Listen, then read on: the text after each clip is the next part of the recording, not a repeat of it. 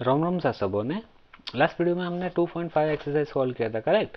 तो आज हम वर्ग समीकरण के मूल का स्वरूप मतलब natures of roots of quadratic equation. अभी देखो, रूट्स ऑफ क्वाड्रेटिक इक्वेशन क्या होता है। इसको मतलब roots of quadratic equation alpha is equal to minus B plus root of B square minus 4ac upon 2a और beta is equal to minus B minus root of B square minus 4ac upon 2a, correct. ये दो value रहती है, लेकिन ये दो value कैसी रहेगी वो किस पे डिपेंड करता है। मतलब ये अल्फा और बीटा ग्रेटर देन जीरो होगा, लेस देन जीरो होगा, अल्फा इक्वल टू बीटा होगा। अल्फा इक्वल टू बीटा भी हो सकता है ना, क्योंकि कुछ सम एक सम शायद एक या हाँ पता नहीं, कुछ तो सम कितने सम थे, शायद एक ही था। हाँ, तो वो सम का सॉल्यूशन दोनों सेम सेम आया था, राइट। वो सब सेम कब आएगा, वो सब कुछ पता करने के लिए हमें ये पता होना चाहिए कि बी स्क्वायर माइनस 4ac इसका वैल्यू क्या आ रहा है, ये किस चीज़ की वैल्यू आ रहा है। ये जैसा आएगा उसके ऊपर हमें हमारी अल्फ़ा और बीटा रूट्स जो हल है वो हमें निकालेंगे, पता चलेगा, ठीक है। तो जब भी ये वाली वैल्यू ग्रेटर देन ज़ीरो होगी, मतलब ये वाली वैल्यू पॉजिटिव होगी, तो हमारे अल्फ़ा और बीटा क्या होंगे, अल्फ़ा एंड बीटा इक्वल नहीं होंगे, ठीक है। Beta B square minus 4ac less than zero हो गया। लेस देन ज़ीरो हो गया मतलब ये जीरो से कम है, तो अंडर रूट में क्या आ गया, माइनस में माइनस ऑफ 1, ऐसी वैल्यू आएगी। ऐसी वैल्यू रियल नंबर है, वास्तविक संख्या है नहीं है ना, तो ये वास्तविक संख्या नहीं होगी। और जीरो भी आएगी, अल्फ़ा बीटा वास्तविक संख्या होगी, अल्फ़ा बीटा वास्तविक संख्या नहीं होगी, ठीक है। ऐसा हुआ तो लेकिन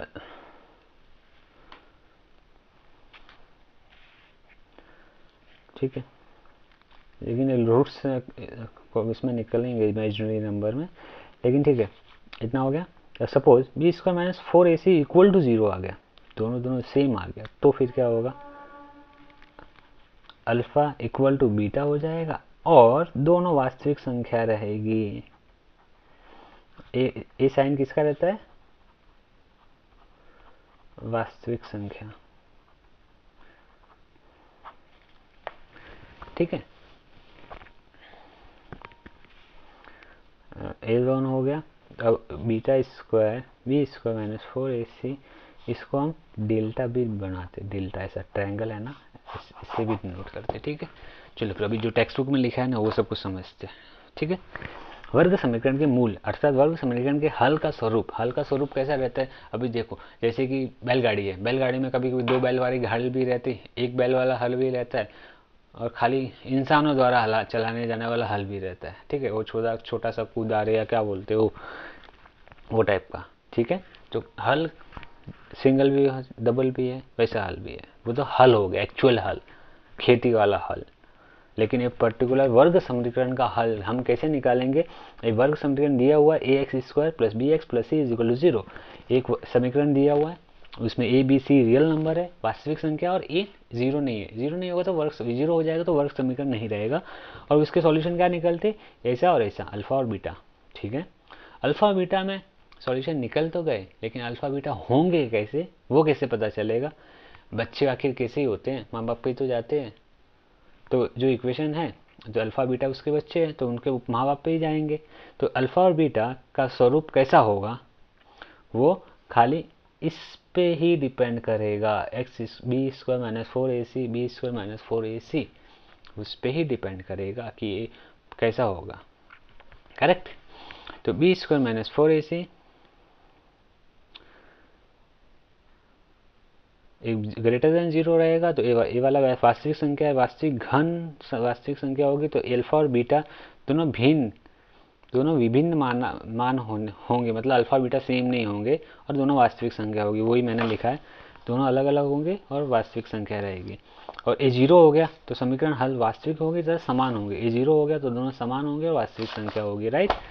और ये लेस देन जीरो तो मतलब ये अंडर रूट ऑफ वाला वो माइनस में आ जाएगा, फिर वो वास्तविक संख्या नहीं रहेगी, तो फिर ये वाला भी वास्तविक संख्या नहीं रहेगी, A B not belongs to R, not belongs to real number, ठीक है। और जब बी स्क्वायर एक क्या पूर्ण वर्ग नहीं हो तो वर्ग समीकरण अपरिमेय नंबर होते, अपरिमेय मतलब क्या बोलते हैं, स्क्वायर रूट वाला नंबर रहेगा, वर्ग वाला कोई स्क्वायर रूट वर्गमूल वाला कोई नंबर रहेगा, ठीक है, इरेशनल नंबर ऐसे नंबर हो गए। तो इसमें समझने के लिए देखो डेल्टा बड़ा रहेगा, इक्वल रहेगा तो वास्तविक संख्या रहेगी, और इक्वल कम होगा तो फिर अवास्तविक संख्या, काल्पनिक नंबर, इमेजिनरी नंबर। और ए इक्वल टू 0 हो गया तो हल समान होंगे, एक असमान होंगे, असमान में भी पूर्ण वर्ग हुआ तो रैशनल नंबर होगा, और इरेशनल नंबर होगा, अदरवाइज वर्गमूल क्या बोलते हैं, नॉट इक्वल टू ऐसा हुआ तो, पूर्ण वर्ग नहीं हुआ तो, नॉट इक्वल टू नहीं, पूर्ण वर्ग नहीं हुआ तो। चलो फिर सॉल्व एग्जाम्पल दिए हुए, उसमें हमें सॉल्व फटाफट सॉल्व करना और बताना है वास्तविक संख्या है नहीं, इसमें वास्तविक संख्या नहीं, पहले तो इसको खाली सॉल्व करने का, बी स्क्वायर माइनस 4ac से ही। तो मैंने लास्ट वीडियो में फटाफट बी स्क्वायर माइनस 4ac हर बार सॉल्व कर रहा था ना, अभी खाली उतना ही सॉल्व करना है। देखो इसमें सॉल्व किया हुआ है, देखो बी स्क्वायर माइनस 4ac का वैल्यू निकाला, ये 12 आ गया, ये -8 आ गया, ये 0 आ गया, ये 0 आ गया, ये 25 आ गया। उसके बाद में नेक्स्ट क्वेश्चन में कितना आ रहा है उसके हिसाब से हमें बताना है कि वास्तविक है कि नहीं, वो जो वास्तविक है कि नहीं, वास्तविक है कि नहीं, वो सब कुछ, ठीक है। चलो फिर पहले सॉल्व एग्जाम्पल को सॉल्व करते हैं। सॉल्व एग्जाम्पल 1 का पहला ये क्या बोलता है, x square plus 4x plus 1 is equal to 0, ठीक है। इसको a x square plus B x plus C is equal to 0 से तुलना करने पर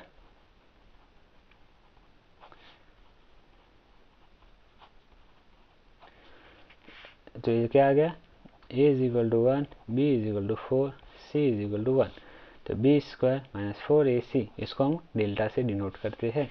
तो delta is equal to B square minus 4ac is equal to B square 4 square minus 4 into 1 into 1, तो कितना आ गया 4 स्क्वायर, मतलब 16 माइनस 4 12, तो डेल्टा इज इक्वल टू कितना आ गया 12, ठीक है। सेकंड क्वेश्चन क्या बोलते हैं, 3x square plus 2x plus 1 is equal to 0, correct. इसको हम ax square plus B x plus C is equal to 0 से तुलना करने पर, देखो मेरे वर्डिंग पे मत जान, आई मीन मेरे वर्डिंग पे जान, क्या बोलते हैं, जो आप तो टीचर जैसे लिखवाएंगे ना वो फॉर्मेट पे जाना, मैं खाली कॉन्सेप्ट क्लियर करने की कोशिश कर रहा हूँ बस, और आपका भी और मेरा भी, और मेरी प्रैक्टिस हो रही और कुछ नहीं, ठीक है। तो कंपेयर किया तो ए का वैल्यू कितना आ गया 3, बी का वैल्यू कितना आ गया 2, सी का वैल्यू कितना आ गया 1। तो अभी delta is equal to B square minus 4ac, तो बी स्क्वायर कितना है 2 का स्क्वायर माइनस 4 इंटू 3 इंटू 1, तो ये कितना आ गया 4 माइनस 12, तो मैंने माइनस का 8, तो डेल्टा कितना आ गया -8, तो ये 0 से कम है। अभी समझने के लिए खाली समझो, खाली अभी क्या बोला बी स्क्वायर माइनस 4ac का वैल्यू निकालना है बस, हमें ये नहीं बताना कि वास्तविक संख्या है या नहीं है या क्या है, वो सब कुछ नहीं बताना है, ठीक है। थर्ड क्वेश्चन क्या बोल रहा है, x square plus 4x plus 4 is equal to 0, delta क्या है B square minus 4ac, B कितना है 4 का square minus 4 into 4 plus into 1, 16 minus 16 is equal to 0, तो डेल्टा क्या आ गया 0, तो डेल्टा 0 आ गया, मतलब क्या ये वास्तविक संख्या और वर्ग के जो हल होंगे वो दोनों क्या होंगे इक्वल, ठीक है। नेक्स्ट फोर्थ क्वेश्चन क्या है, 3x square minus 4 root 3x plus 4 is equal to 0, अब ये रूट वाला सम है तो देखो क्या होता है, होगा तो क्या ही वास्तविक संख्या है कि नहीं वही पता करना है, आई मीन डेल्टा के वैल्यू निकालना है, वास्तविक संख्या हमें नहीं बताना है, तो नो प्रॉब्लम। तो सबसे पहले कंपेयर करते हैं, शर्मा जी के बेटा से मेन इक्वेशन से सॉल्व किया तो a इक्वल टू कितना आ गया 3, b equal to minus 4 root 3, c is equal to 4, ठीक है। तो बी डेल्टा क्या है B square minus 4ac upon 2 है, फॉर्मूला नहीं लगा रहे, डेल्टा का खाली वैल्यू निकाल रहे हैं, माइनस 4 रूट 3 का स्क्वायर माइनस 4 इंटू 3 इंटू 4, कितना आ गया 4 इंटू 3 माइनस 4 का स्क्वायर भी है ना, माइनस 4 इंटू माइनस 4 16 आएगा, 16 इंटू 3 तो 16 इंटू 3 सेम है 0 हो गया, तो डेल्टा कितना आ गया 0, इसमें क्या होगा, वास्तविक संख्या और इक्वल, लेकिन अभी वो बताना नहीं है तो नो वरीज। चलो फिर नेक्स्ट फिफ्थ क्वेश्चन क्या है, x square plus 7x plus 6 is equal to 0। तो इसको a x square plus B x plus C is equal to 0 से तुलना करने पर कितना आ गया, a is equal to 1, b is equal to 7, c is equal to 6। तो delta is equal to B square minus 4ac, 7 का square minus 4 into 6 into 1, 49 minus 24 into 1, 24 हो गया। अभी 24 माइनस ये कितना आ गया, 25। ठीक है, ये हो गया। अभी नेक्स्ट क्वेश्चन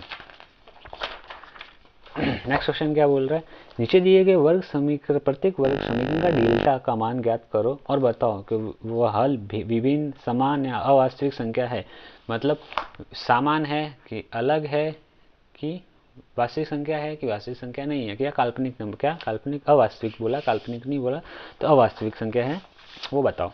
ठीक है, तो सबसे पहले डेल्टा का वैल्यू निकालेंगे। डेल्टा का वैल्यू कैसे निकालेंगे, जैसे अभी आगे के 5 क्वेश्चन सॉल्व किए ना, तो वैसे ही ये सम भी सॉल्व करेंगे और बताने गए क्या आ रहा है, 0 आ रहा है, पॉजिटिव नंबर आ रहा है, नेगेटिव नंबर आ रहा है, उसके हिसाब से डेल्टा होगा। Correct.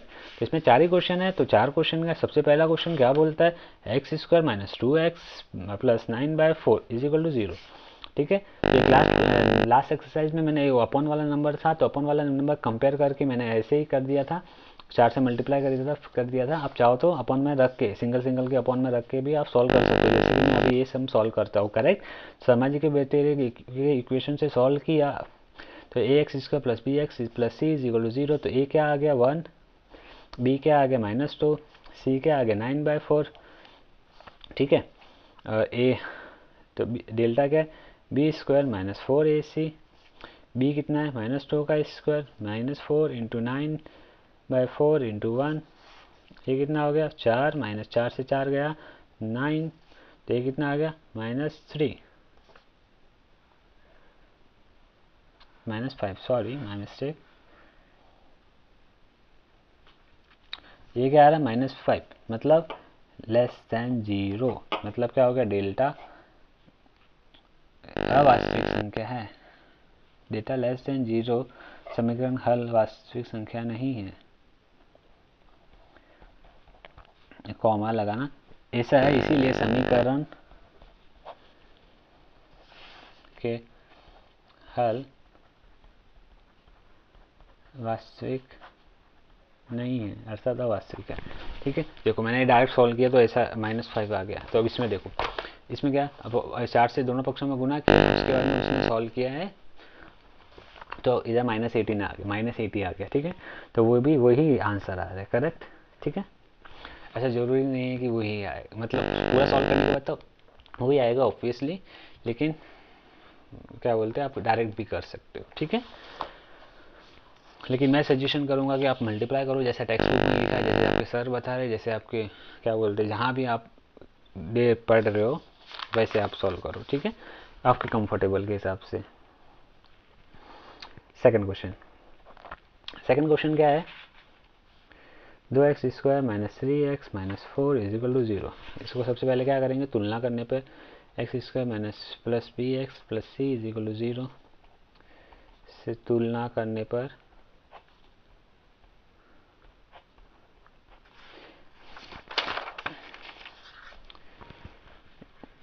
a is equal to 2, a is equal to 2, b is equal to -3, c is equal to -4। ठीक है, तो डेल्टा क्या है, B square minus 4ac, 9 minus 4 चौक 16 प्लस का 16, 16 32, ये कितना आ गया 41, which is greater than 0। Therefore समीकरण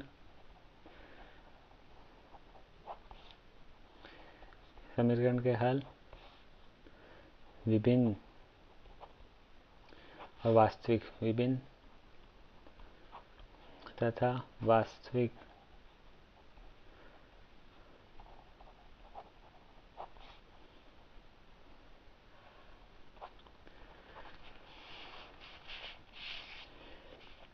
third question, X square minus 8x plus 16 is equal to 0, X square plus B x plus C is equal to 0। इसको हम compare करने पर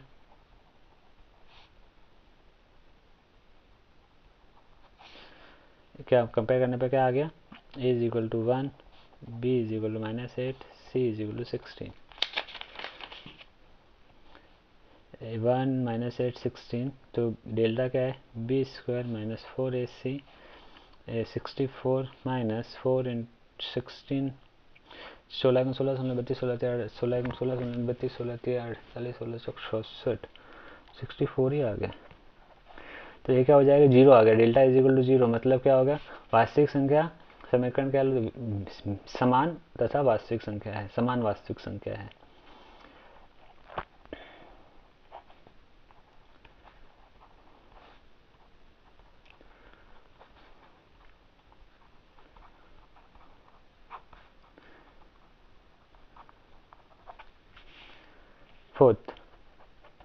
फोर्थ कौन सा, X square is equal to 0। क्या बोला, A x square के टर्म कोएफिशिएंट रहेगा, चरांक रहेगा, वो 0 नहीं होना चाहिए, लेकिन इधर तो एक्स स्क्वायर ही है, बाकी सब तो 0 ही है, कोई बात नहीं, तो हम 0 एक्स प्लस 0 0 लिख सकते हैं। अब इसको हम शर्मा जी के बेटे के साथ कंपेयर करते हैं, तो वो क्या है, x square plus B x plus C is equal to 0। तो इसमें शर्मा जी के दो सब्जेक्ट कितने हैं, बी और सी है, तो उसमें हमारा क्या है, लेकिन उसमें 0 0 वैल्यू आ गया, no problem, A is equal to 1, B is equal to 0, C is equal to 0। Delta क्या है, बी स्क्वायर माइनस 4ac, ये कितना है, 0 का स्क्वायर माइनस 4 इंटू 1 इंटू 0, एक ना 0 माइनस 0 इज इक्वल टू 0, तो डेल्टा कितना आ गया 0। तो क्या होगा, समीकरण के वास्तविक संख्या और समान समीकरण के हल समान वास्तविक संख्या है। कैसे लिखते हैं, वास्तविक, इंग्लिश में गए, हिंदी मीडियम से इंग्लिश मीडियम में गए तो इंग्लिश नहीं आती थी, अब इंग्लिश मीडियम से हिंदी मीडियम में आ रहे हैं तो हिंदी भूल गए, इंग्लिश तो अभी तक आती ही नहीं है। वास्तविक संख्याएं है।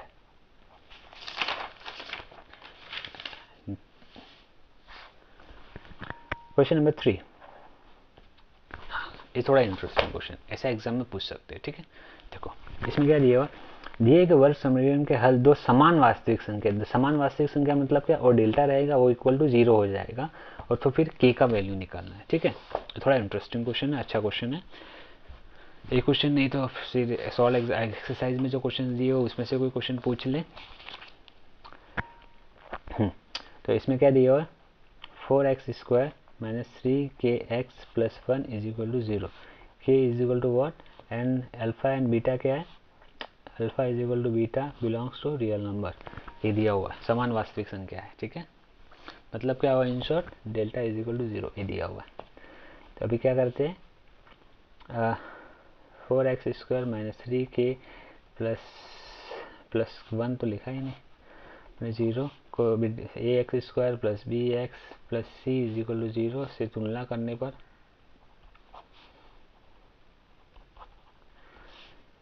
ए is equal to 4, b is equal minus 3k, c is equal to 1, delta क्या हो गया, b square minus 4ac, B square minus 3k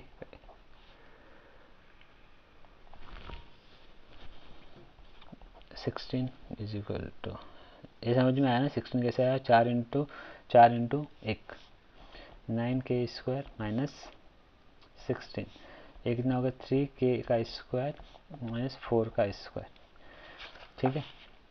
तो ए स्क्वायर माइनस बी स्क्वायर का फॉर्मूला क्या है, ए माइनस बी ए प्लस बी, ये कितना होगा 3k माइनस 4 3k प्लस 4, लेकिन since delta is equal to 0 तो फिर क्या हो गया 3k minus 4 and 3k plus 4 is equal to 0।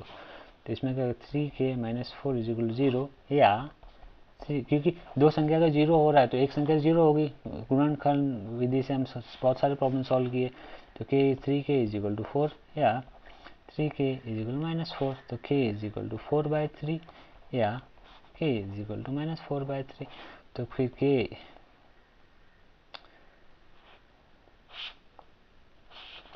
अभी देखो के का वैल्यू इसमें पुट करेंगे तो फिर कुछ फ़र्क नहीं पड़ेगा, इक्वेशन कोई भी हो सकता है, ठीक है। सपोज के इधर आया होता पहले में और के इधर करके इधर कुछ जीरो वैल्यू हो जाती है, एक्स स्क्वायर जीरो हो जाता है, ए का वैल्यू जीरो हो जाता, तो फिर वो समान नहीं रहता था, ठीक है। तो के इज इक्वल टू -3 या फिर -4/3, 4/3 या -4/3, ठीक है। तो ये भी हो गया। ये देखो इसमें ऐसे सॉल्व किया हुआ है और मैंने ऐसे सॉल्व किया है, ठीक है। डन डन डन डन, कोई बात नहीं। नेक्स्ट वीडियो में हमें नेक्स्ट एक्सरसाइज सॉल्व करेंगे। अच्छा सॉरी, हाँ ये मैं सोचा एक और सॉल्व एग्जाम्पल कहाँ से आ गए। 2.6 एक्सरसाइज नेक्स्ट वीडियो में सॉल्व करेंगे। आपको पहले चाहो तो आप पहले सॉल्व कर सकते हो, नो प्रॉब्लम। स्क्रीनशॉट ले लीजिए, फिर मिलते हैं अगले वीडियो में। तब तक के लिए जय श्री राम।